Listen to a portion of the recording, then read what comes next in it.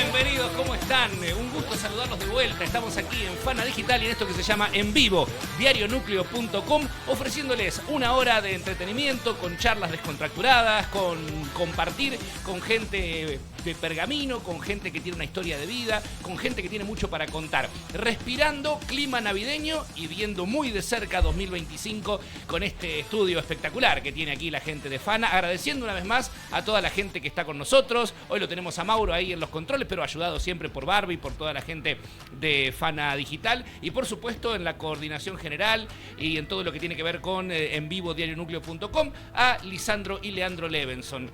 Aquí quien les habla, Carly Antunes Clerc, con el placer de siempre de estar aquí con ustedes. Como siempre, ahí tienen en pantalla el WhatsApp para participar en vivo y por supuesto también tienen con nosotros la posibilidad de establecer el contacto a través de YouTube, de Twitch y de Kik. Estamos en todas las plataformas y esto es En Vivo, diarionucleo.com. Ya nos ponemos en marcha saludando a un amigo. ¿Cómo te va, Marcelo? Hola, ¿cómo estás, Carly? Les presento a Marcelo, el mago Aldape, casi no necesita presentación. No, un legendario futbolista. Bueno, gracias por la invitación. Muy contento de volver a verte. Nos veíamos seguido. Todos los días. Todos los días, pero bueno, gracias por la invitación. Al contrario, bueno, para mí es un gusto. Es la primera vez que te entrevisto. Te han entrevistado mis compañeros del ámbito deportivo, pero nosotros le vamos a dar un enfoque más relacionado con tu historia de vida. Está bien. Sos olavarriense. Sí, nacido en Olavarría, prácticamente en Lomanera, 12 kilómetros de Olavarría, llamada la estancia de Fortabad. Histórica cantera de cemento. La fábrica de cemento de Loma Negra, sí.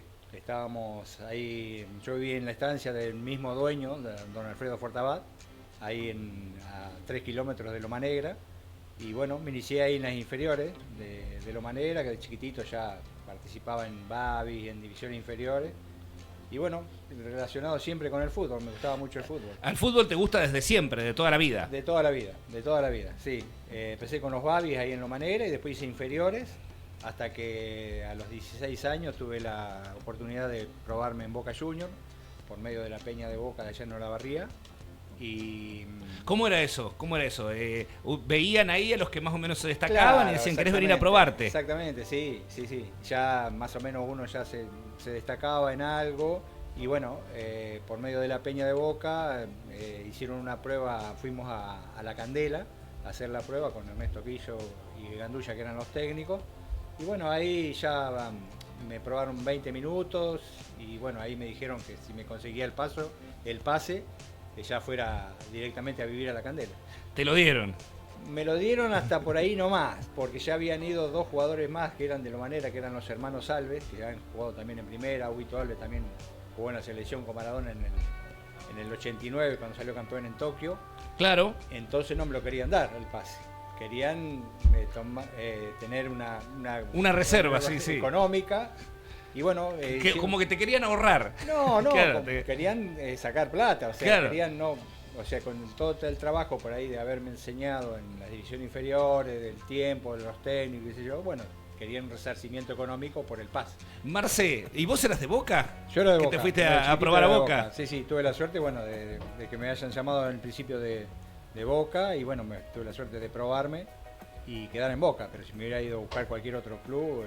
¿Te hubiera probado también? Me hubiera ido porque me gustaba mucho el fútbol, sí. Y bueno, con el estudio era medio... ¿No te gustaba? ¿No te gustaba tanto? No me gustaba tanto y bueno, tengo una anécdota con una profesora de matemáticas, me acuerdo, que me dice Aldape, si el día de mañana, dice, tiene alguna lesión, no puede jugar más al fútbol, dice, ¿qué va a hacer de la vida? No, digo, pero con ese pensamiento le digo, no puedo llegar a ningún lado. Le digo, si estudio para cirujano, me rompo un dedo, después no puedo operar más. Mi cabeza era el fútbol y por suerte pude vivir del fútbol, de pasar por varios clubes y bueno, contento por ese lado, sí. Bien, desde luego... Para vos Boca seguramente ha sido una época de gloria. Y sí, estando en un club que uno es hincha y tuve la suerte también de practicar con Diego, no alcancé a jugar con Diego Maradona, pero tuve la suerte de practicar, que fue en el año 81. ¿Cómo era? Era un monstruo. Nosotros... ¿Era macanudo con ustedes? Sí, era un... Porque ya era una estrella en esa época. Había salido campeón mundial en el 79 también, sí, claro. Salía argentino, ya con 16 años había debutado en primera y ahí tenía 21 años. Y sí, era un monstruo, como nosotros le decíamos ahí. Terminaba la práctica y nosotros nos íbamos a bañar rápido para verlo patear. Después se quedaba pateando el tiro libre y nos quedábamos nosotros a verlo. pero practicábamos juntos, pero era una delicia verlo cómo le pegaba la pelota y se sabía que era un monstruo que iba a llegar a donde llegó. ¿Y se han cruzado así palabras, esas cosas? Sí, poco y nada, o sea, por ahí él estaba en otro ambiente, pero ahí en las prácticas sí, ¿no? Chistes continuamente, porque teníamos la misma edad, los mismos, claro, argumentos como para jugar al fútbol, todo, pero no una amistad que... No una amistad, pero no, sí, no, eran del montón que, hola, ¿cómo va? Y tal así. cual. Sí, así. Y de las inferiores de Boca a la primera de Temperley. A la primera de Temperley y en la B. Tuve la suerte también de ir a Temperley y en la B. Que era Metropolitana en esa claro, época. Y tuve la suerte de que ese año ascendimos a la primera A.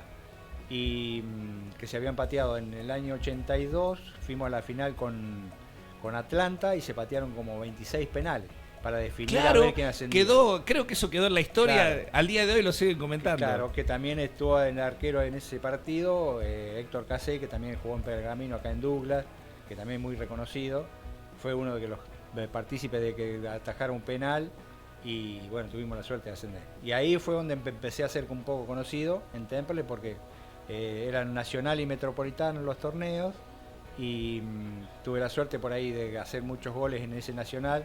Y ahí es donde me empecé a ser conocido con el tema de fútbol. Marce, siempre delantero. Siempre delantero, sí. ¿De 9?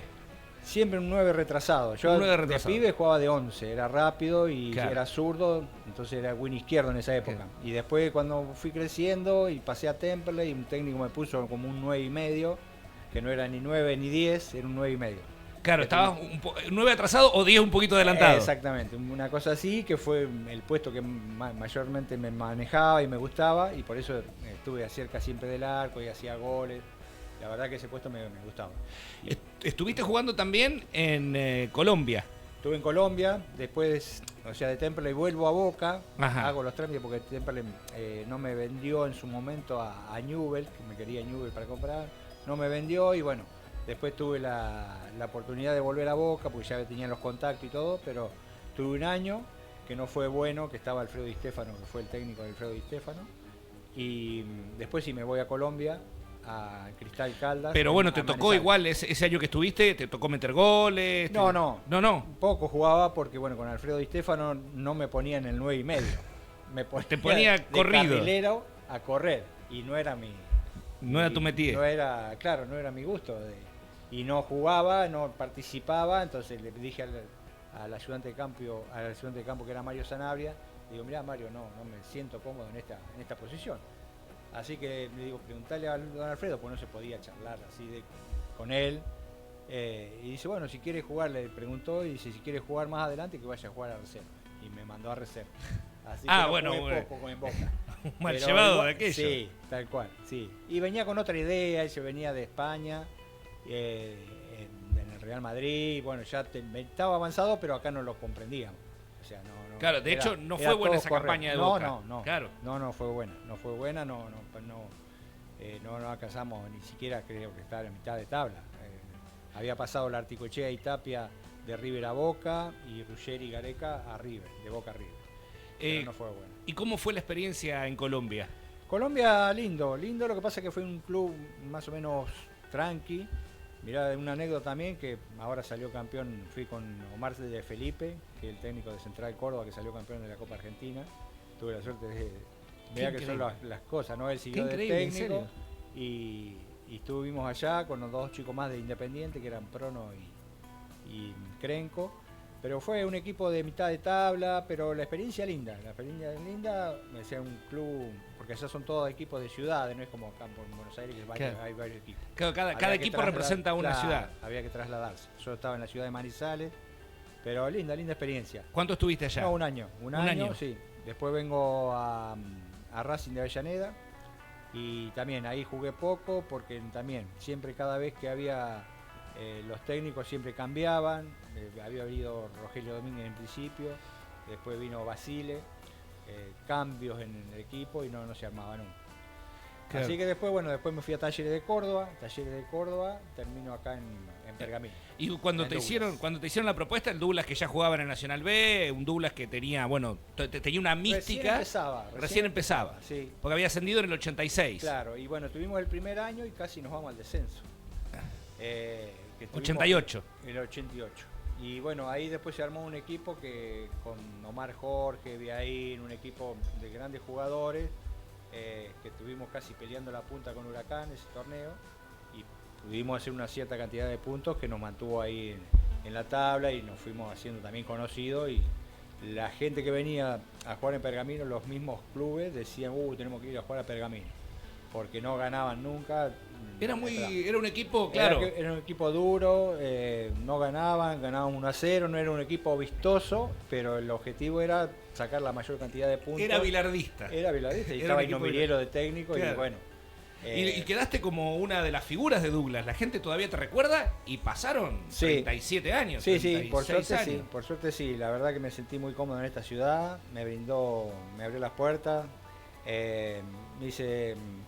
me sentí muy cómodo, ya te digo. ¿Y formaste tu familia acá? ¿O crecieron? Vine casado con Gabriela, me había casado en el año 85, y recién en el 89 nace Juan Cruz acá en Pergamino.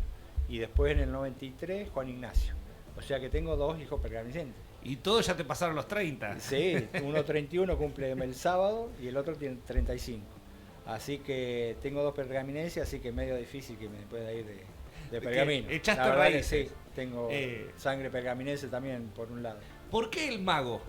El Mago me pone un periodista de Girolamo, que era relator en ese momento de la radio, y bueno, seguramente habré hecho una jugada, no me acuerdo qué partido, una jugada media rara, y el Mago de galera y bastón que entró al área, una cosa así, quedó Mago, pues yo no tenía sobrenombre, y quedó el Mago. Y quedó el Mago ahí, sí. Fíjate que han pasado. Hasta los chicos me dicen Mago, hasta mi mujer por ahí me dice Mago. No me dice Marcelo, ya nosotros todo el mundo Mago siempre. Mago ¿Qué hace Mago? O Marce. Sí. Justamente tuviste cierta relación con el Loco Gatti. Sí, has tomado café muchas veces. Claro, en ese tiempo éramos chicos nosotros, teníamos 17, 18 años, y bueno, ellos nos hacían lavar el auto, porque bueno, nosotros estábamos ahí concentrados con ellos, porque nosotros vivíamos directamente en La Candela, que éramos internos de los pibes, y después los jugadores de primera iban a concentrar ahí también en La Candela. Entonces le lavábamos el auto y nos tiraban una propina, pero el Loco Gatti no te daba propina directamente. Era devoto de la Virgen del Codo. No, sí, decían vamos a tomar un café, tomaba el café y se levantaba y se iba, el loco. Sí, que él te había dado el privilegio de tomarte un café, claro, con él. Vamos a tomar un café, como parecía que te invitaba. Él jugaba en primera, nosotros éramos pichones, no teníamos, cobramos unos viáticos nada más.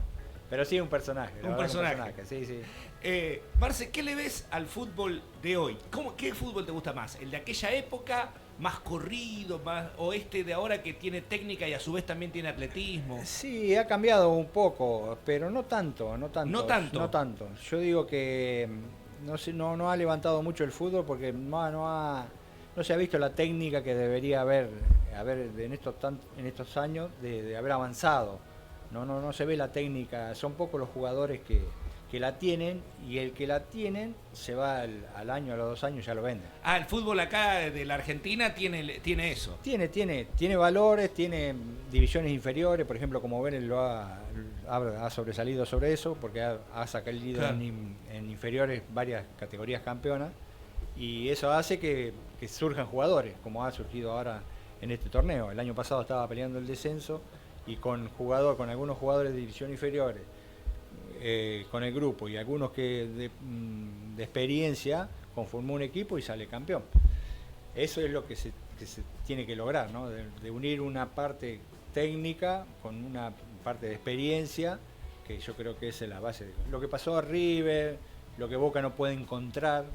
River había encontrado en un equipo con Gallardo que era sensación. Yo soy de Boca y miraba a River. O sea, es importante eso, la capacidad del técnico para armarte un equipo. No, seguramente que sí, porque es conocer al jugador, saber el puesto, saber qué es lo que prefiere el jugador, dónde se siente más cómodo, y en base a eso, a mí me pasó el tema de Boca, porque si el técnico me hubiera puesto en donde yo quería, vos hubieras rendido de otra manera. Hubiera rendido de otra manera, pero bueno, ahora también es el fútbol total, vos ves fútbol internacional y todos andan por todos lados, corren, tienen una técnica bárbara, no la pierden, meten un pase Tipo filtrado. Pep Guardiola, los Sí, equipos así. claro, tal cual, tal cual.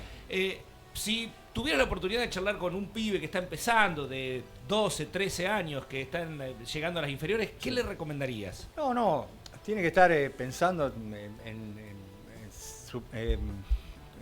por ejemplo, que tenga la técnica suficiente como para llegar a las divisiones inferiores o a primera con la técnica suficiente como para decir estoy preparado.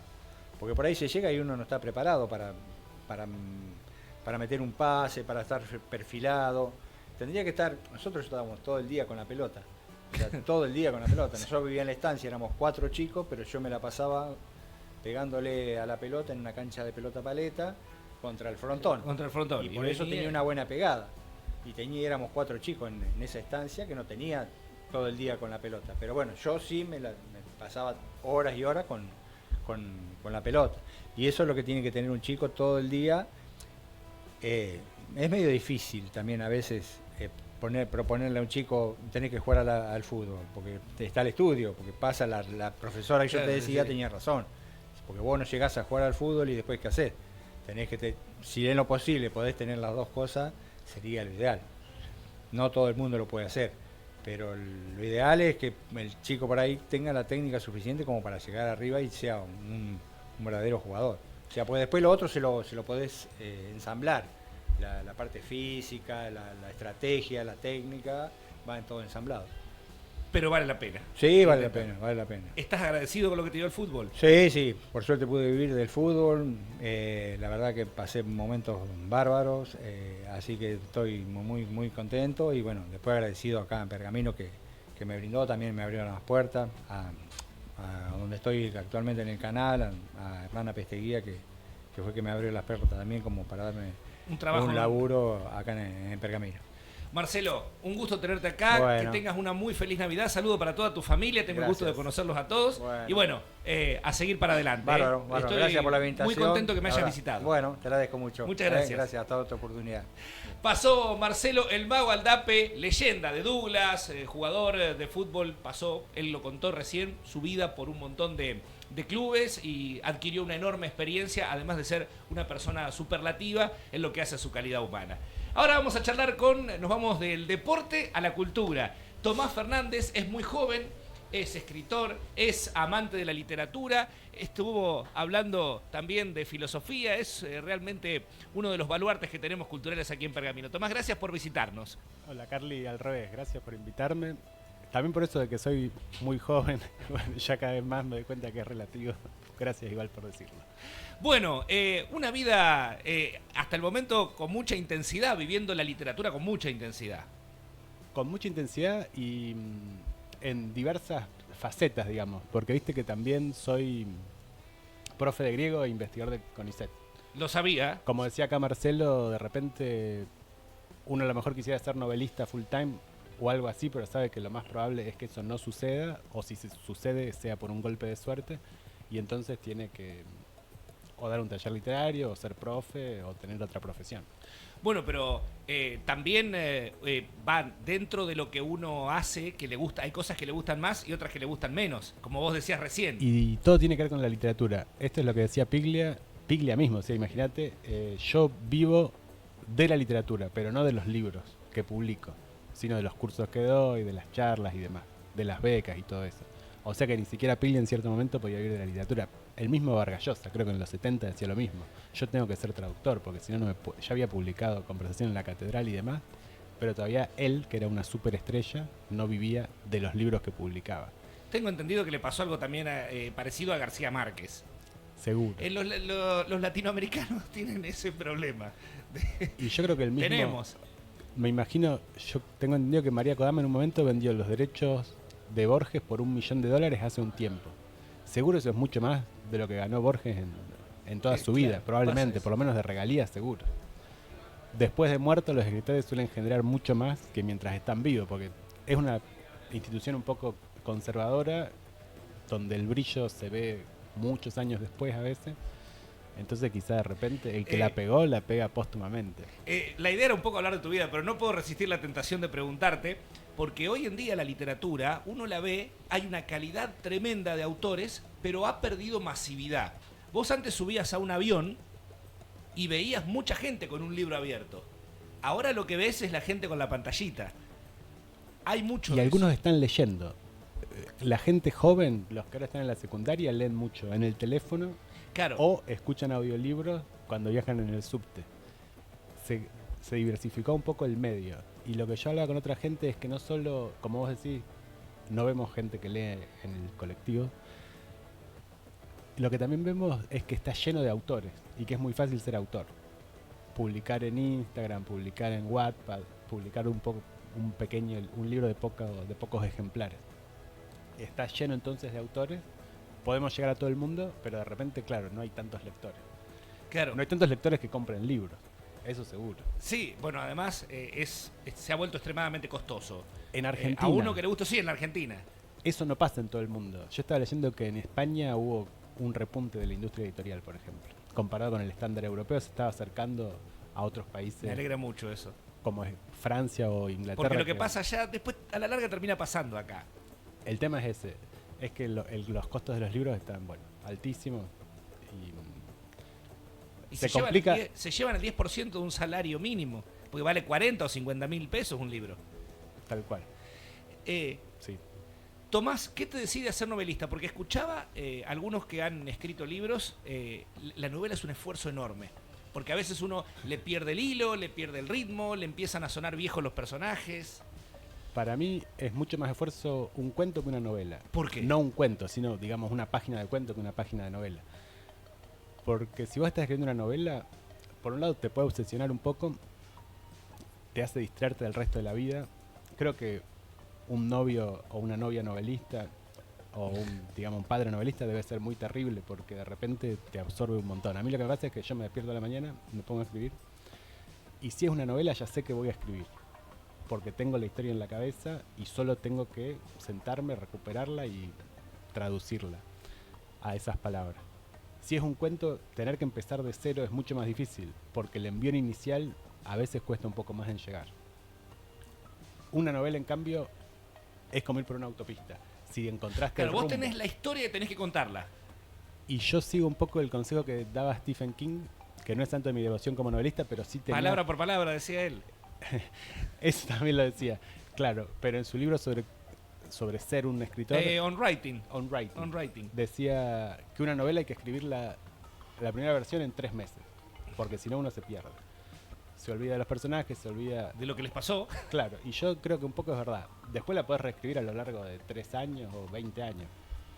Pero tener un primer borrador completo, desde el personaje A hace tal cosa hasta se acaba la historia de ese personaje, en 3 meses me parece que está bien.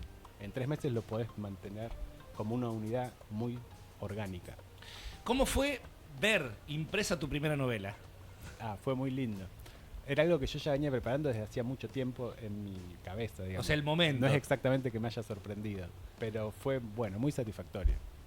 Sobre todo eso de verla circular en manos de gente que vos nunca te ibas a imaginar, porque no los conocías, de hecho, y tener el feedback, eso de decir, bueno, vas por el buen camino. Yo siempre pongo mucho el acento en el día de mañana, mucho más que en el día de ayer. O sea que lo que más me importa es eso, decir, esto me da ánimo para seguir adelante, más o menos por este camino. Corrigiendo, obviamente, un montón de cosas, pero por acá va. Creo que era H.P. Lovecraft que decía que para ser un buen escritor primero había que ser un buen lector. ¿Sos lector? ¿Te gusta leer? ¿Lees mucho? Soy un lector bastante adicto, sí. Me paso seguro gran parte del día leyendo.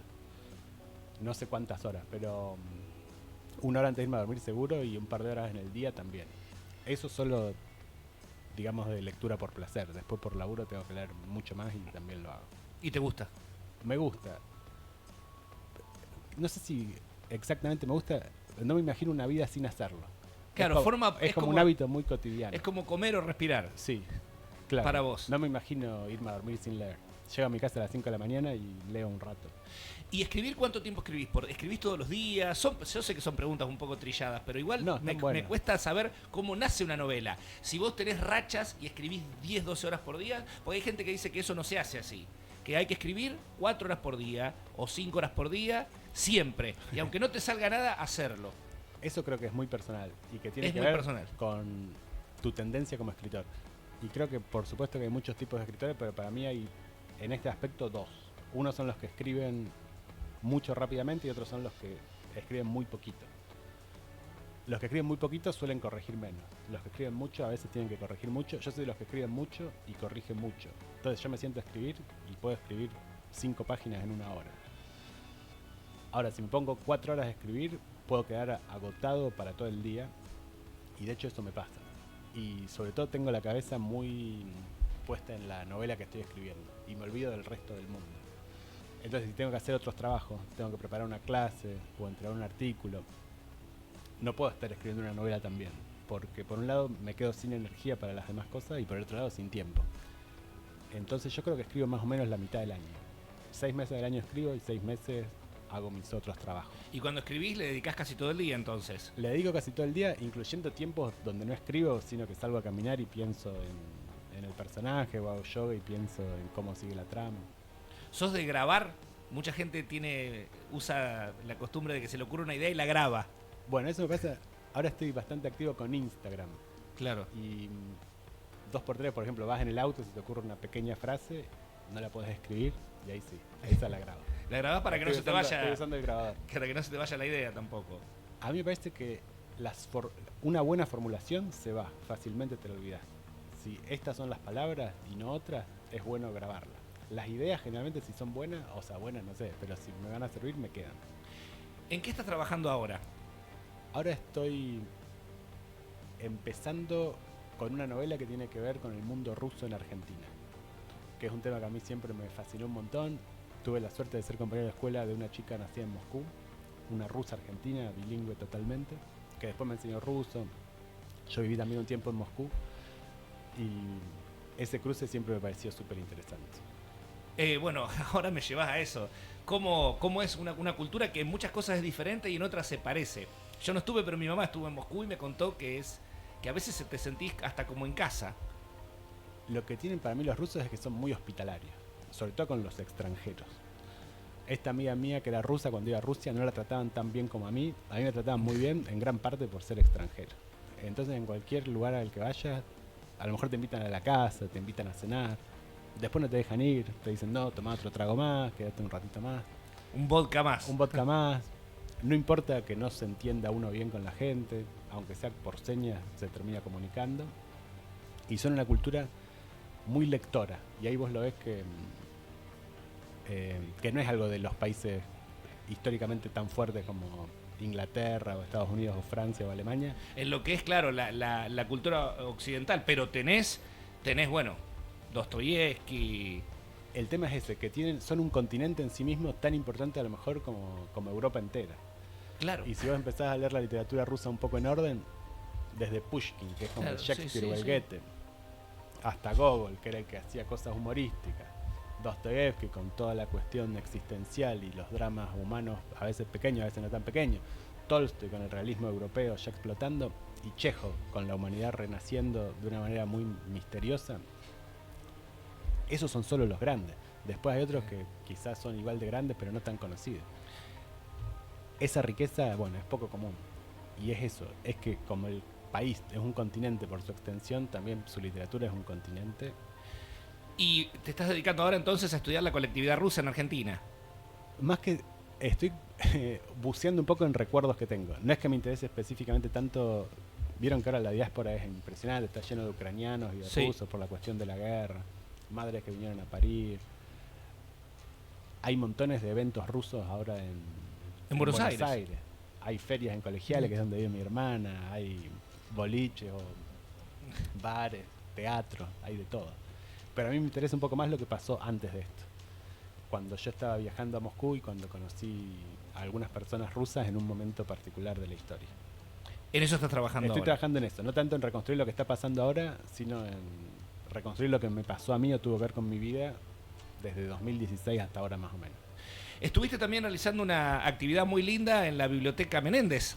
Sí, que lo que tuvo de más divertido me parece fue mostrar que el trabajo de escritura de un libro es social en un montón de aspectos, que quizá la escritura puede ser un poco solitaria, pero ese libro, que es una lectura vertical de Arlt y Borges, salió como una charla en el Espacio Menéndez.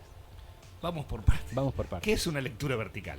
Una lectura vertical es la que se opone a una lectura horizontal. La lectura horizontal Por definición. es la que sí. tiene, claro, pero hay que ver, es más fácil definir lo horizontal. Y en realidad lo de vertical tiene sus complicaciones también y a lo mejor es hasta un poco impreciso. Pero en pocas palabras, una lectura horizontal es la que tiene que ver con lo que transcurre en el tiempo. Juan hace tal cosa genera tal cosa genera tal obstáculo y así. Pero cualquier obra literaria, y hasta cualquier charla en realidad, está cruzada por un montón de elementos verticales. Que es, por ejemplo, Juan hace esto, pero Juan es de tal manera, remite a tal arquetipo o a tal símbolo o lo que sea, y hay un montón de aspectos verticales que se cruzan y que le dan la riqueza a la historia. Entonces nosotros vemos a lo mejor la parte horizontal, pero la parte vertical, sin que nos demos cuenta, está operando igual de fuertemente, y casi todos los grandes escritores ponen mucho el acento en desarrollar la parte vertical. Eso en Arte y Borges creo que es bastante visible. Te iba a preguntar justamente, ¿se sustentaron en Arte y Borges? Podría, para hacer esa... Se puede hacer, me parece, con cualquier autor, pero bueno, yo quería ir un poco al centro del canon para empezar con algo que pudiera ser de interés también en las escuelas secundarias. Y ese sería un poco mi sueño. Yo doy clase en la facultad, pero me gustaría hacer algo que tuviera alguna utilidad en las escuelas secundarias, con profes acá de Pergamino con los que tengo mucho contacto. Entonces la idea era presentar ese libro que surgió como charla y decirle a los lectores, si quieren leerlo está libremente disponible online, va a ser publicado pronto como libro, coméntenlo, lo que ustedes comenten lo podemos incorporar. Y estaba también el editor y algunos lectores y moderadores. ¿Qué respuesta encontraste por parte de los invitados? Por parte de los asistentes. Es que creo que tendrían que leer lo que yo llamo el librito. Va a ser un librito así de 60, 70 páginas, si no le agregamos muchas palabras. Tomás, servite si querés sirve, un poco sirve. de agua. Estamos en streaming, les cuento a la gente, estamos con Tomás Fernández. En un ratito también está con nosotros Luciano Salaverría, a quien íbamos a tener el martes pasado. Vamos a estar hablando un poco también. Otra historia de vida, una historia de vida relacionada con lo agropecuario, con la vida rural y también con pasar de esa vida rural a la dirigencia. Lo vamos a estar charlando con él. Además, por ahí nos comenta alguna cosita de actualidad también relacionada con el agro, si es que quiere, y le agradecemos que haya venido aquí a Luciano. Y estamos charlando con Tomás Fernández, que a su corta edad ya es todo un erudito en este tema y además sos bastante prolífico porque has escrito bastante. Soy bastante prolífico porque escribo mucho tiempo. Yo creo que soy una persona muy, no sé si decir obsesiva, pero no hago tantas cosas. Me despierto en mi casa solo, me paso el día trabajando solo, recién a la tarde salgo y empiezo a ver gente, pero creo que soy prolífico porque me paso el día haciendo eso, básicamente. En tu actividad como novelista, ¿quiénes te han influido? Todos, me dice ahora, porque siempre No, es muy así. complicado. Yo siempre lo mediría en horas de lectura y creo que los dos autores con los que más horas pasé son Homero, el padre de la literatura occidental. Faulkner, el novelista y cuentista. Sí, William Faulkner. Claro, el que tanto influyó a García Márquez, pero también a Piglia y compañía, y Borges. Así que yo creo que Cuentos. son esos tres. Cuentos, poesía y ensayo, como un enfoque sobre el mundo un poco ladeado o ladino, poco previsible, Borges es y increíble, bastante ¿no? crítico y muy gracioso además. Así que sí, Muy irónico, muy irónico. extremadamente. Y tiene eso que me parece que está interesante de nunca, o sea, a veces de repente sí, pero como tendencia no tomar las cosas como reales, porque mucha gente dice que son reales, sino tratar de incorporarlas. O sea, no ir con la ola en todo, sino quizá incluso decir barbaridades, pero barbaridades muy personales. En relación con el mundo griego, estás también muy vinculado y bueno, y estás realizando algún tipo de actividad en relación con ese conocimiento que tenés del griego. Bueno, estoy dando las clases. El año que viene me toca dar griego 1 en la Facultad de Filosofía y Letras. Si alguien está interesado, las clases son abiertas. Sigo con mi investigación con el mundo griego y estoy con temas que tienen que ver con Homero y la narrativa posterior, por ejemplo en el teatro, la novela griega y la novela bizantina. Y tengo un ciclo que se llama Radio Medieval, que también es de streaming, porque tengo la suerte de que me designaron director de la sección medieval del Instituto de Filología Clásica de la Facultad de Buenos Aires. Y para darle un poco de difusión a esa sección, se me ocurría que el modo tenía que ser mostrar la relevancia del mundo medieval para nuestra vida actual. Y me parecía que la mejor idea era invitar gente, quizás no medievalista de profesión, pero que tuviera alguna relación con el mundo medieval para hablar de temas diversos. Es difícil entrevistarte, ¿sabes por qué? Porque cada cosa que planteás abre el abanico para un montón de preguntas y el tiempo es limitado, muy limitado.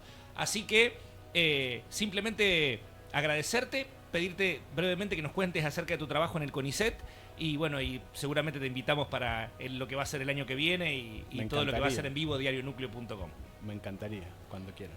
Contanos acerca de tu trabajo en el CONICET brevemente. Bueno, mi trabajo en el CONICET tiene que ver, sobre todo, yo empecé, generalmente la investigación es sobre temas muy acotados. Y cuando uno empieza, más acotados son. En mi doctorado me dediqué a una sola antología del siglo X en griego. Tenía los manuscritos, con esos manuscritos hice una edición. Después fui extendiendo a otras antologías de la Edad Media griega. Después me dediqué a otros géneros literarios, como la novela. Y después pude ir más atrás en el tiempo y con eso lo enlacé con mis clases que eran de griego clásico. El griego clásico desde Homero, digamos siglo VIII antes de Cristo, hasta el fin de la época bizantina son casi 25 siglos. Es muchísimo tiempo, pero la lengua tiene cierta unidad. A mí siempre me interesó estudiar esa unidad de la lengua y del modo de ver el mundo y de la narratividad griega.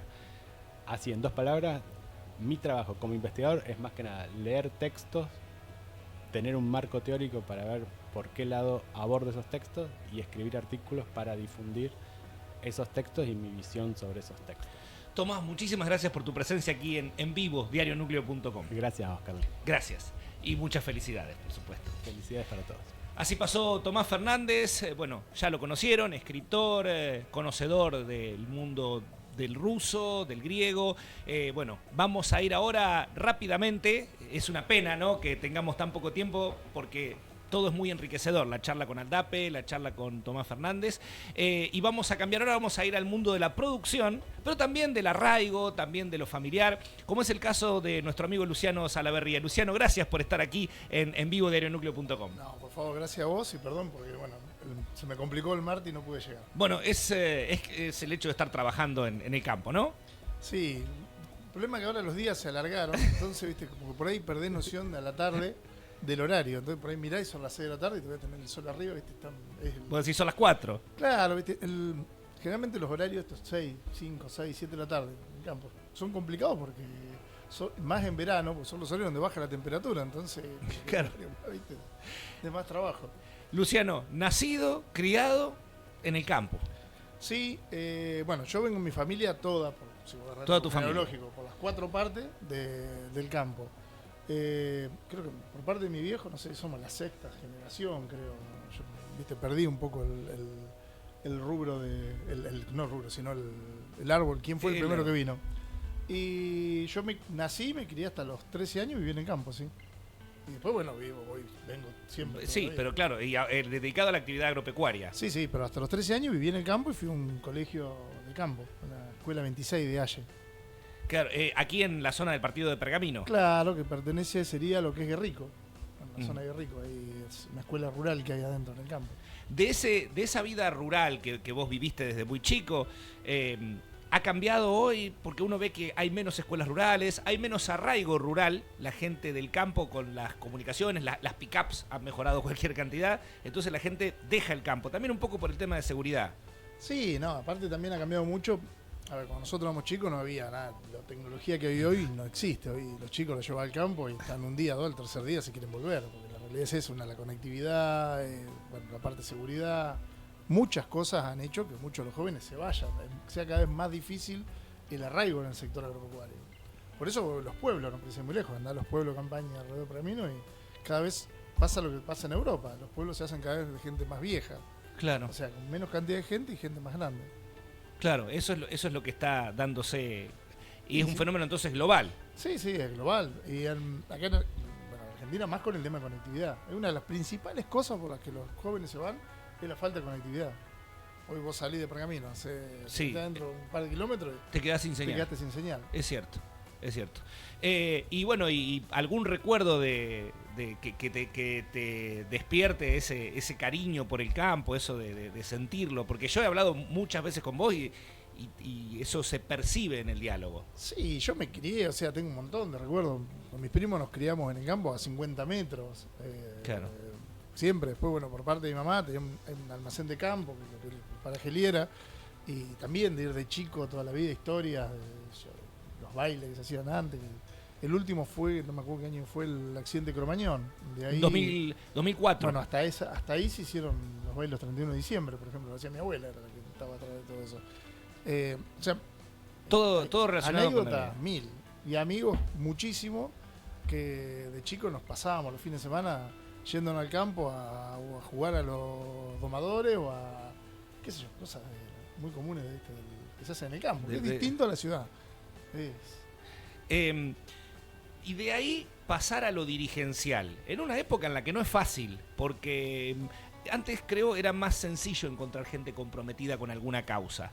Hoy en día eso es part-time, es medio... Y vos te pusiste un poncho que es el de ser dirigente y nada menos que de Federación Agraria Argentina, una institución que nació acá en Pergamino. Claro, bueno, mi bisabuelo por parte de mi mamá, él era italiano.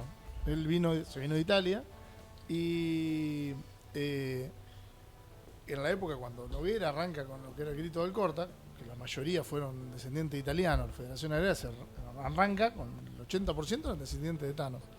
Él es uno de los que está en una foto que hay de Noguera acá en Pergamino, que está hablando arriba de un carro. Bueno, uno de los que está abajo era él.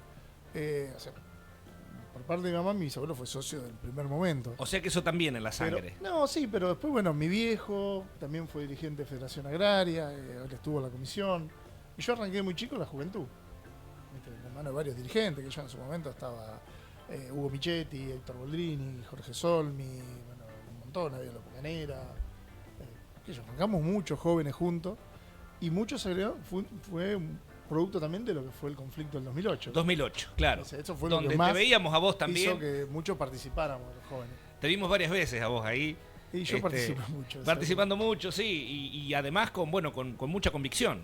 Sí, no, participamos mucho con Sebastián Campo, con los chicos de Género, Gloria, Sony, en Pinzón era. En Pinzón. en la entrada, en el acceso, Sí. en el acceso.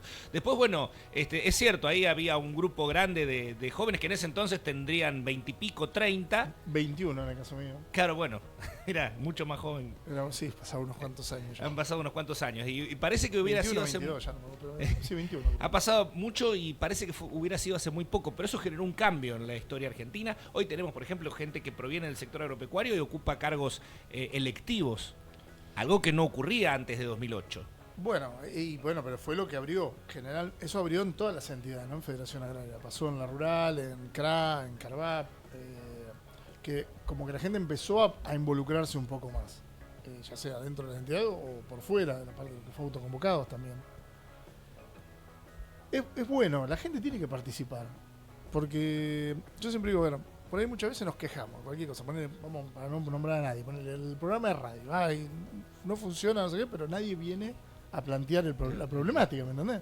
Entonces, obvio, cada uno hace lo que quiere hacer.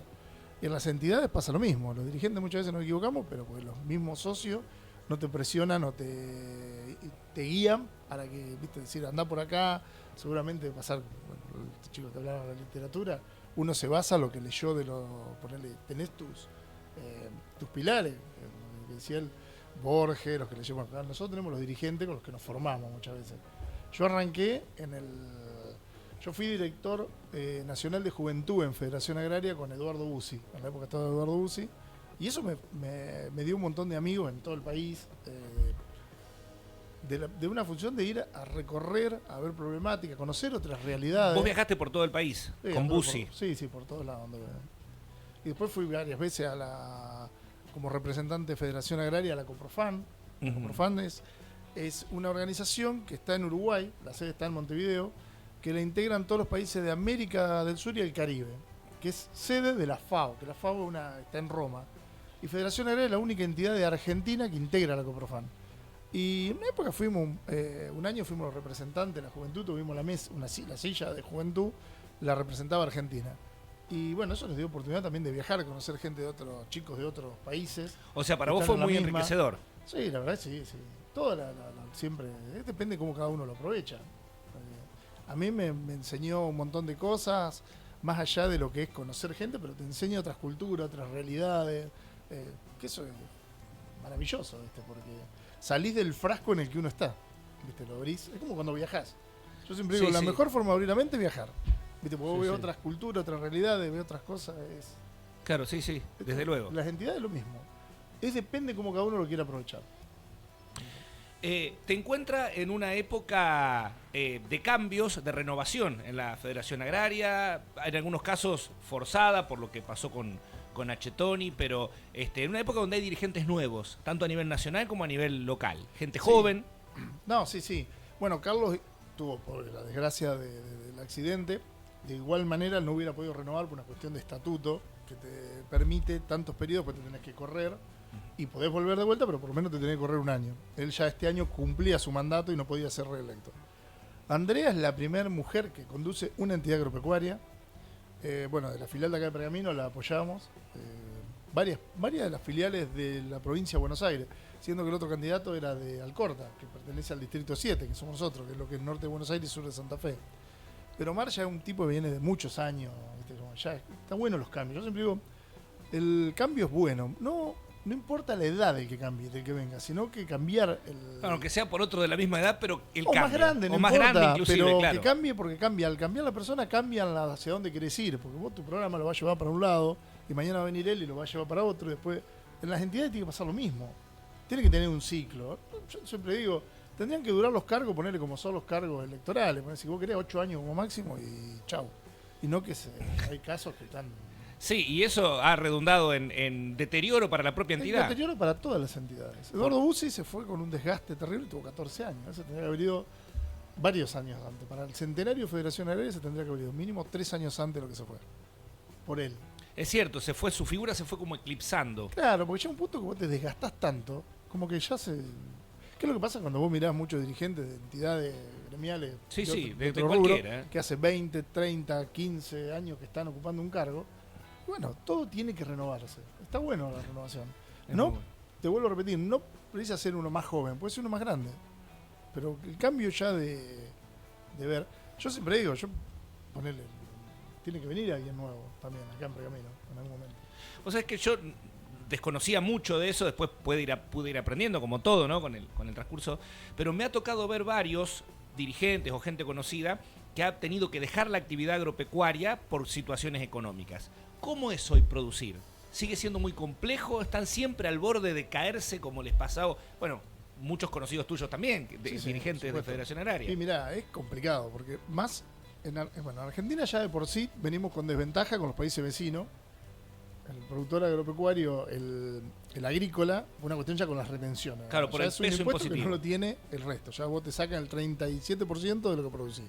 O sea, del bruto, el 36, 37 creo que está ahora, va para el gobierno. Y después de ahí tenés pero todo el resto de los gastos los tenés que cubrir de lo que te queda. Y a su vez, hoy con el tema climático está afectando terrible.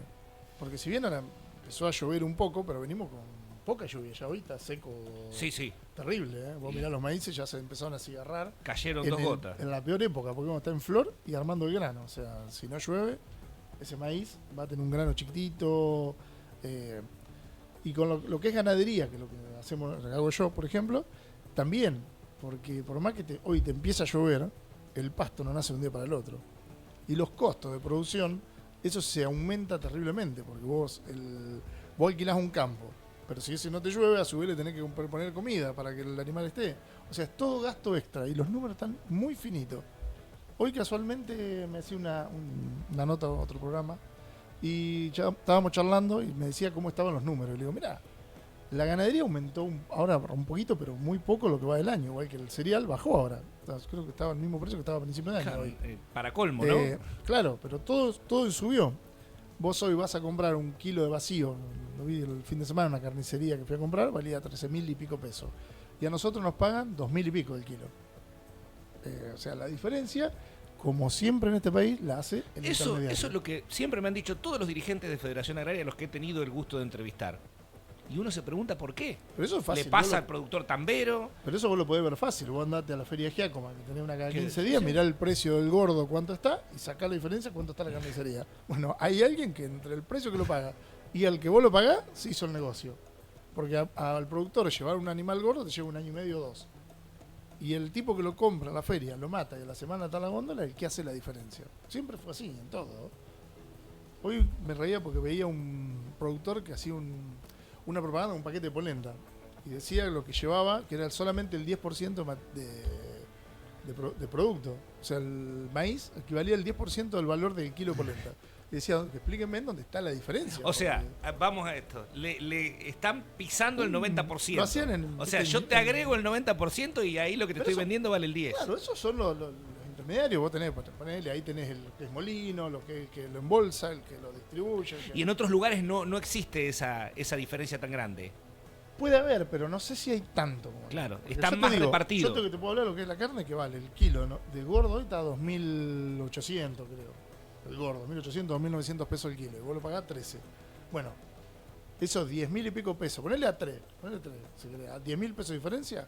Bueno, ahí es donde tenés que apuntar para modificar. Por eso decimos, nosotros no somos formador de precios. Para colmo, vos corres con 1 año y medio de riesgos. Porque Claro. puedes cuatrerismo, enfermedades, Sí, sí, falta de cosas. alimento, cambios de precios, de evaluaciones, lo que sea. 1 año y medio tenés que aguantártelo vos. Claro, por eso vos ves que cada vez hay menos productores ganaderos.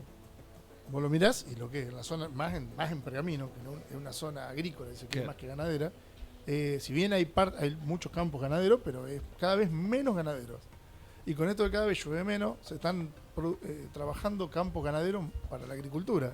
Campos que no se podían sembrar porque estaban llenos de agua, hoy ya no. Entonces eso también te hace que el que alquila para agricultura te suba los precios. Porque un alquiler para ganadería se alquila en kilo de carne, de novillo de arrendamiento. Y hoy hay muchos campos por ahí te dicen, uy, bueno, pero los van a alquilar para agricultura. Bueno, este año no llueve, anda, el año que viene llovió, se inundó y a ese tipo le fue mal. Y ahí vuelve otra vez, es una rueda, ¿viste? Pero bueno, el productor es complicado. Luciano, nos hemos quedado sin tiempo, siempre es un placer charlar con vos y aprender también. Pero bueno, ¿cambiarías esa vida por otra? No, sos productor desde siempre.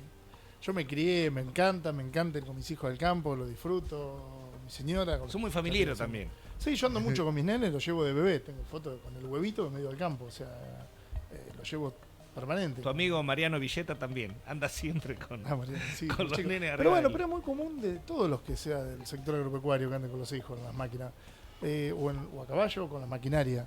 Eso cualquiera que esté en el sector anotado y tiene nenes, lo va a ver de chiquitito, arriba de una máquina, arriba de un caballo, jugando. Es parte de. Luciano, muchas gracias y muchas felicidades para vos y para tu familia. No, por favor, Carly, muchas gracias a vos. También agradecemos a Tomás que se ha quedado a escuchar la entrevista con Luciano. Esto fue En Vivo, diarionucleo.com. Feliz Navidad para todos ustedes. Nos reencontramos el viernes que viene.